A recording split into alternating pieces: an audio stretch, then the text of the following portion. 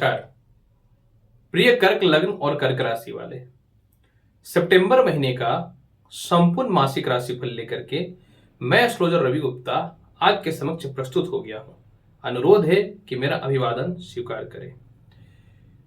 प्रिय कर्क लग्न और कर्क राशि वाले, मैं आपको बताऊंगा कैसा रहेगा आपके जीवन में संपूर्ण सितंबर महीने का हाल।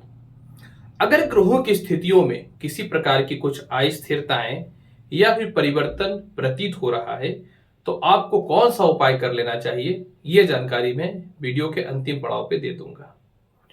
सर्वप्रथम एक बात बताना चाहता हूं, यह जो मेरा राशिफल है ये लग्न पे आधारित, अर्थात आपको अपना लग्न पता है तो आप लग्न के अनुसार इस जानकारी को देखिए। आपको अपना लग्न नहीं पता है तदुपरांत आप चंद्र राशि या नाम राशि के अनुसार इस जानकारी को देख सकते हैं। परंतु एक रोचक तथ्य बात बताता हूं, जो लोग ये बोलते हैं कि हमारी ये राशिफल जो है चंद्र राशि के आधार पे है, उनका भी लग्न चार्ट यही होता है। तो मुझे आज तक यही समझ में नहीं आया फिर अब चंद्र राशि क्यों बोलते हैं, क्योंकि लग्न राशि स्पष्ट होता है। सबसे पहले हम लोग चर्चा करते हैं कर्क लग्न और कर्क राशि वाले, कैसा रहेगा सितंबर महीने में आपके कर्म क्षेत्र का हाल, यानी आपका करियर कैसा रहने वाला है, वह नौकरी हो या व्यवसाय हो।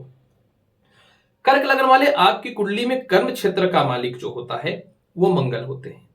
मंगल जो है 6 सितंबर तक वो धन स्थान में बैठे हुए हैं। मित्रगत राशि सिंह में भी है और मित्रगत ग्रह सूर्य के साथ भी बैठे हुए हैं, जिसका शाब्दिक अर्थ यह हुआ कि कर्म क्षेत्र का मालिक जब द्वितीय हो जाता है और दोनों जो है हीट ग्रह है, गर्म ग्रह है और गर्म ग्रह के साथ ही बैठा हुआ, अग्नि तात्विक के साथ ही बैठा हुआ है, तो ऐसे स्थितियों में क्या हो रहा था कि थोड़ा सा सीनियर अधिकारियों से मतभेद, थोड़े से क्रोध और अस्थिरताएं हो रही थी। ये निर्णय ही नहीं ले पा रहे थे कि नौकरी में रहें कि चेंज करें, रहें कि चेंज करें। और क्योंकि दोनों ग्रह जो है भले ही मित्रगत है परंतु मार्केस होने के कारण, क्योंकि ये ग्रह, यह स्थान तो मार्केस होता है ना, तो आप निर्णय बड़ा नहीं ले पा रहे थे। 6 सितंबर के बाद फिर जो है मंगल कन्या राशि में प्रवेश कर जाएंगे। जब ये कन्या राशि में प्रवेश कर जाएंगे तो अपनी 8वीं दृष्टि से ये अपनी स्वयं की राशि मेष को देखना चालू कर देंगे। 6 सितंबर के बाद आपके जीवन में जो है नए नौकरी और नए व्यवसाय के बहुत ही अच्छे अच्छे ऑप्शन मिलेंगे। 6 सितंबर के बाद मान सम्मान, उच्च लोगों से संपर्क, धन की प्राप्ति, सभी रास्ते खुल जाएंगे। 6 सितंबर के बाद आपके अंदर ये आत्मविश्वासी भी बना देगा और सरकारी ठेका हो या फिर किसी प्रकार का भी कर्म क्षेत्र हो, बहुत जबरदस्त आपको लाभ मिलने वाला रहेगा। अगर हम लोग नौकरी में कुछ परिवर्तन वगैरह की चर्चा कर लेते हैं तो 22 सितंबर तक सूर्य जो है धन स्थान में है और 7वें घर का मालिक जो है वो शनि अपनी राशि में है। लेकिन 14 सितंबर के बाद वक्री बृहस्पति जो है वो शनि के साथ विराजमान हो जाएंगे और ये दोनों के साथ में नीच भंग राज्यों की स्थिति उत्पन्न हो जाएगी। तो जब ये दोनों के साथ में नीच भंग राज्यों की स्थिति उत्पन्न हो जाएगी तो 14 सितंबर के बाद आपको नौकरी या व्यवसाय में आप कुछ परिवर्तन करना चाहते हैं तो उसके अच्छे अपॉर्चुनिटी और अच्छे ऑफर मिलने चालू हो जाएंगे। एक्चुअली क्या हो रहा था, ऑफर मिल रहा था लेकिन चेंज करने में किसी न किसी प्रकार का आपको मन में संशय उत्पन्न हो रहा था। तो 14 सितंबर के बाद फिर जो है आप आराम से चेंज कीजिए, बहुत ही लाजवाब और बेहतर समय रहने वाला रहेगा। मतलब परिवर्तन होगा ही होगा, रहेगा क्या, होगा।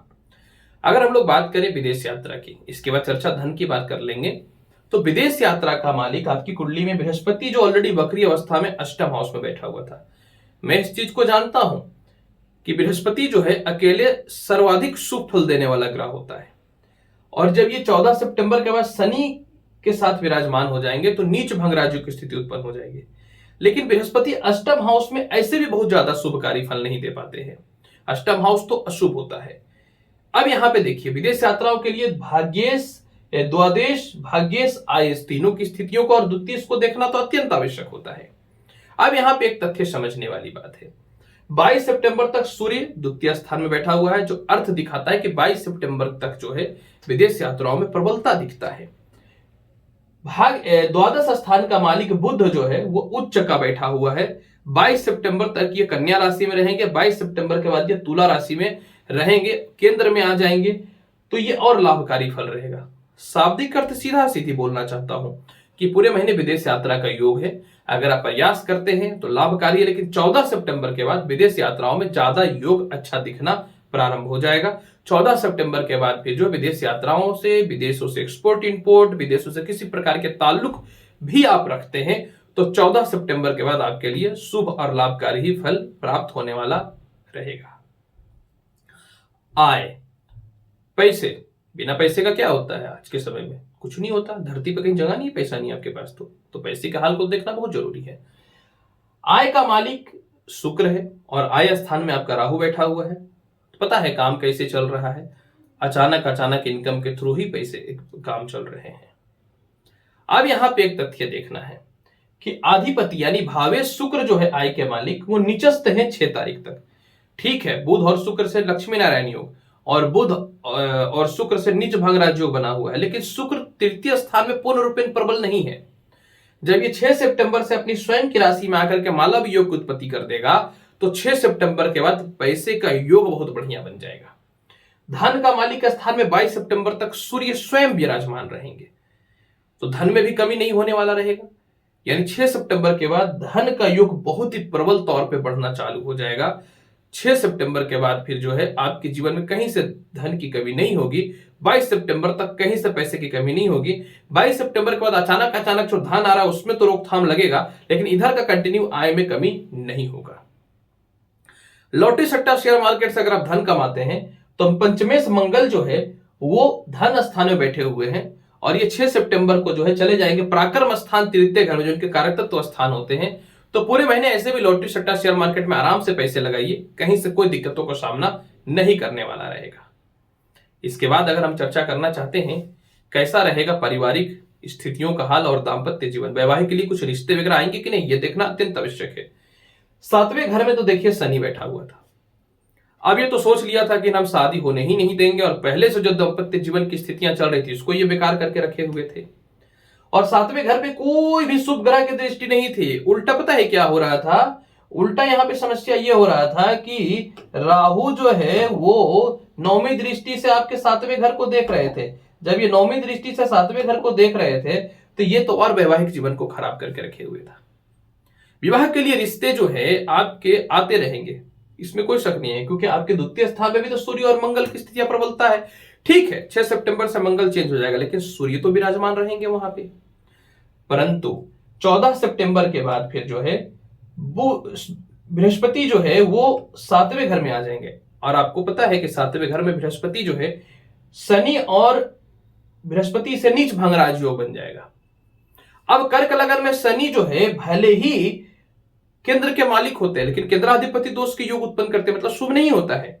तो जब बृहस्पति 7वें घर में आ जाएंगे ना तो विवाह के लिए बहुत उपयुक्त रिश्ते आने चालू हो जाएंगे। यानी दाम्पत्य जीवन में जो क्लेश है 14 सितंबर के बाद ठीक होना चालू हो जाएगा। विवाह के बाद 14 सितंबर के लिए बहुत ही अच्छे ऑफर आने चालू हो जाएंगे। 14 सितंबर के बाद मानसिक शांति, उच्च प्रकार के लोगों से संपर्क स्थापित होना चालू हो जाएगा और 14 सितंबर के बाद बुरे से बुरी परिस्थितियों में भी आपके पास धन की कमी नहीं होगी। सेकंड तथ्य यहां पे ये है लव रिलेशन। तो लव रिलेशन आपके पूरे महीने बहुत अच्छा रहेगा।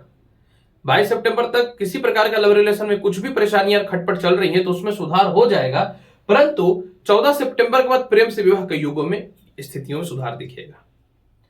भाई बहनों से अगर रिश्तेदारों से चर्चा कर लेते हैं तालमेल का, तो भाई बहनों से, छोटे भाई बहनों से और बड़े भाई बहनों से बात करते हैं दोनों का, तो छोटे भाई बहनों से और बड़े भाई बहनों से दोनों से जो है तालमेल आपके पूरे महीने बहुत ही अच्छे रहेंगे। संपत्ति परिचय करना चाहते हैं, यानी संपत्ति की चर्चा करना चाहते हैं, माता पिता की स्थितियों की चर्चा करना चाहूंगा। संपत्ति कारक तत्व बृहस्पति जो माफ करेंगे, संपत्ति कारक तत्व शुक्र जो है वो 6 सितंबर तक निचस्त है। 6 सितंबर के बाद जब शुक्र उच्च के हो जाएंगे, अपनी स्वयं राशि में आ जाएंगे, तो मालवीय योग की उत्पत्ति कर देगा। यहां पे मालवीय योग बन जाएगा तो 6 सितंबर से आपके माता से सपोर्ट मिल जाएंगे, खानदानी प्रॉपर्टी विवाद की समस्या सॉल्व हो जाएंगी, पुराने वसीयत या कोई प्रॉपर्टी बेच के खरीदना चाहते हैं उस समय सुखों की वृद्धि हो जाएगी। और जब शुक्र आएंगे तो 7वीं दृष्टि से पिता स्थान को देखेगा। हालांकि एक तथ्य यहाँ पे यह भी समझने वाली बात है कि मंगल जो है पिता स्थान के कारक तत्व है, लेकिन 6 सितंबर से मंगल जब तृतीय घर में आएंगे तो यह भी अपनी 8वीं दृष्टि से पिता स्थान को देखना चालू कर देगा, जिसका शाब्दिक और सत्य बात यही है कि इस समय आपकी तरक्की के रास्ते ऐसे भी बहुत ही अच्छे खुलने चालू हो जाएंगे। अब पिता से तालमेल भी बहुत अच्छे हो जाएंगे। अगर हम लोग चर्चा करना चाहते हैं कैसा रहेगा आपके जीवन में लव रिलेशन, शिक्षा और संतान सुखों की स्थितियों की बात, देखिए संतान कारक मंगल संतान स्थान में केतु है, तो केतु आर्ग्यूमेंट्स करा रहा था संतान से, संतान की तरक्कियों में बाधा उत्पन्न कर रहा था। और ऑब्वियसली बात है जहां केतु रहेगा वहां तो राहु 7वें स्थान से देखेगा ही, और राहु प्रबल है क्योंकि ये देखिए आय स्थान पे बैठा हुआ है। एक चीजों को याद रखने वाली बात रहेगी। तो अब एक चीजों को यहां पे समझने वाली बात है जो सबसे महत्वपूर्ण है। सबसे महत्वपूर्ण यहां पे यह बात है कि जब मंगल कारकत्व घर में 6 सितंबर को तृतीय स्थान में आ जाएंगे तो आपके 6 सितंबर के बाद शिक्षा में बढ़ोतरी हो जाएगा। 6 सितंबर के बाद संतान से मतभेद और संतान की तरक्की के रास्ते भी खुल जाएंगे, मतभेद के योग समाप्त होंगे और संतान की तरक्की के रास्ते खुल जाएंगे। 6 सितंबर से उच्च शिक्षा का योग भी हो जाएगा, शिक्षा संबंधित किसी प्रकार की बाधाएं आ रही थी वह भी दूर हो जाएंगी। अगर हम चर्चा करें कैसा रहेगा आपके जीवन में स्वास्थ्य का हाल, देखिए निश्चित तौर पे थायराइड, शुगर और लीवर इन्फेक्शन से परेशानियां चल रही हैं काफी। दूसरी महत्वपूर्ण बात यहां पे यह है कि शुक्र जो है नीचस्थ था, तो 6 सितंबर तक जो है आपके जीवन में थोड़ा सा हृदय रोग और टॉन्सिल की भी समस्याएं चल रही थी। तो 14 सितंबर के बाद जो व्यक्ति थायराइड, लीवर संबंधित, शुगर और इसके अलावा जो है एक्स्ट्रा मोटापा से परेशान थे ना, तो 14 सितंबर के बाद नीच भंग राजयोग से वह परिस्थिति ठीक हो जाएगी। इसके अलावा पाचन शक्ति को लेकर के जो परेशानियां चल रही थी, पैरों में जो कष्ट की स्थितियां चल रही थी, वह जो है आपके 6 सितंबर से ठीक हो जाएंगे। अब प्रश्न उठता है कि पूरे महीने को बेहतर बनाने के लिए कौन सा उपाय करना चाहिए, तो मैं यही बोलूंगा कि पूरे महीने को बहुत बेहतर अगर बनाना चाहते हैं तो 14 सितंबर तक जो है प्रत्येक दिन जो है एक केला विष्णु जी को भोग लगाइए। 6 सितंबर तक हनुमान चालीसा का पाठ करिए और पूरे महीने की स्थिति को बहुत बेहतर बनाना चाहते हैं तो प्रत्येक दिन कोई भी लाल पुष्प जो है ना वो आप अर्पित करिए, क्या बोलते हैं, माता दुर्गा को। प्रिय कर्क लग्न और कर्क राशि वाले, सितंबर महीने का संपूर्ण राशिफल मैंने आपके समक्ष प्रस्तुत किया। उम्मीद करता हूं कि बताई गई जानकारी से आप पूर्ण रूपेण संतुष्ट होंगे। तो आप मेरे चैनल पर अगर नए हैं तो चैनल को लाइक करिए, शेयर करिए, सब्सक्राइब करिए। मैं हूं एस्ट्रोलॉजर रवि गुप्ता, मिलूंगा अगली वीडियो में और महत्वपूर्ण और ज्ञानवर्धक जानकारी के साथ। तब तक के लिए नमस्कार, अच्छे से रहिए, धन्यवाद।